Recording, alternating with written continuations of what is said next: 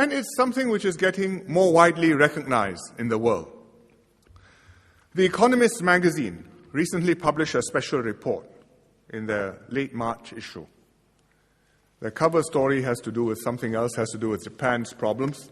But inside, there's an special article on the future of the state called Taming Leviathan. It was written by the editor of The Economist, and he came to Singapore. He met me, he met he interviewed a lot of people, government, and I think also opposition. And he wrote us up in this special article one piece on Singapore as a model of a state which is working. And the title is, Go East, Young Bureaucrat. If you want to be a good civil servant, where can you see good civil servants?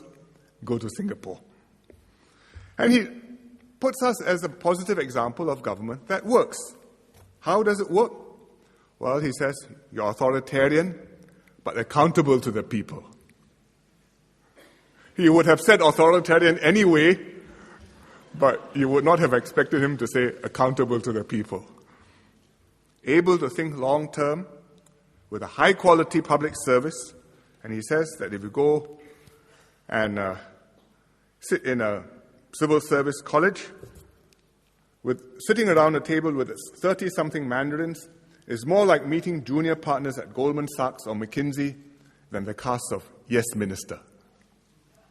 I don't know if you've heard of Yes Minister, but I hope you don't meet such either ministers or civil servants here. And he says, the person on your left is on secondment at a big oil company. On your right sits a woman who, between spells at the Finance and Defense Ministries, has picked up degrees from LSE, Cambridge and Stanford. High flyers pop in and out of the Civil Service College for more training. The Prime Minister has written case studies for them. And so they have a high opinion of us, and particularly of our education system. And he didn't write up the NUS, but he wrote up the ITE, because there are good universities in many countries in the world, but there's hardly any other country in the world with a first-class institution like the ITE, providing outstanding, valuable, effective technical training for people who didn't go to university or polytechnic, enabling them to get good jobs. So that's just one example. I could cite you half a dozen others just from the last few months. You may have seen one more in the newspaper recently. I don't know whether you read the newspapers. I hope so. But you should have heard of the International Monetary Fund. It's called the IMF. And the IMF has one key committee in the organization called the International Monetary and Financial Committee, the IMFC. And this is the policy steering committee of the IMF. It's really the heart of the organization, where countries come together, the key countries come together to debate issues concerning the global financial system, concerning global imbalances, monetary reform, banking, and so on. And the new chairman of the IMFC,